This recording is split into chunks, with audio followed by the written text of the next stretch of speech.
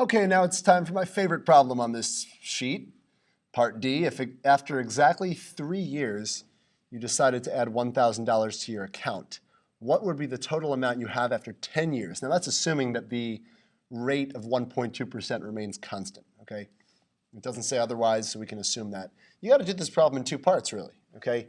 First of all, figure out how much money you have after 3 years. And we can do that pretty easily, just finding D of 3, right? We knew D of t equals 2,000 times 1.012 to the t. So D of 3, so that's the amount of money you'll have after 3 years, is going to be 2,000 times 1.012 to the third. And again, getting out the calculator, we can do that pretty quickly.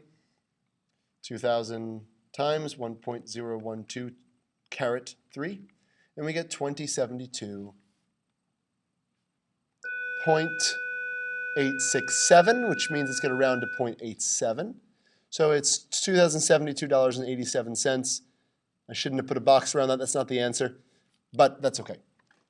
That's how much money we have after 3 years. Now, after 3 years, we add $1,000. So our Bubby gave us $1,000 for our birthday because it was our 16th birthday, and she loves us very much. So we then have $3,072.87 after 3 years actually, okay? So the new y-intercept, or the starting value after 3 years, so I'll write post 3 years, is going to be 3,072.87. Okay, that's kind of the trick in this problem. You're dealing with a new function now for the next 7 years, right? You're asked about after 10 years total. After 3 years, you have this much. You now have to figure out how much money you have later. Okay, so really, the new function is going to be d of t equals 3072.87. That's your starting value, essentially. And then you're investing this at the same rate, but only for 7 years. Okay, so you invested for 3 years, and you have this much. Then you added $1,000. So your new starting value is this. Now, this times that same rate 7 years later, because your total is 10 years, that'll give you the answer. Okay, whoops. So I shouldn't have written the 7 there. That's really, should be a t, right? But, okay, we can just save ourselves some time. It's just a technicality anyway. So we're finding d of 7 with this new function, right? The new starting value. It's no longer 2,000. We're starting with this amount at this rate to the 7th power. Again, punch that into your calculator, 3072.87 times 1.012 to the power 7. And there's the answer, 3340.47.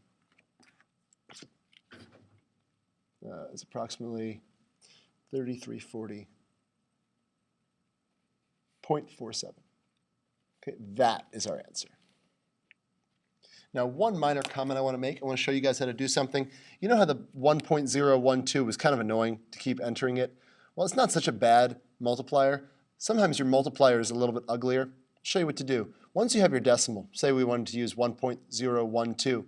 If we hit store, so the STO button on the calculator, just down there to the left, and then the button for X, and then we hit enter, now the calculator recognizes this X button as 1.012. So instead of typing in what we had here, we could have just done 3072.87 X to the 7th. That X, it's already been stored as 1.012, so that'll also give us our answer, okay? And don't worry that it's been stored in for X. It won't affect if you want to graph y equals x squared or something like that later. It's not going to recognize X as that. X the variable is always X the variable. But if you want to store it, you're welcome to use that function, right?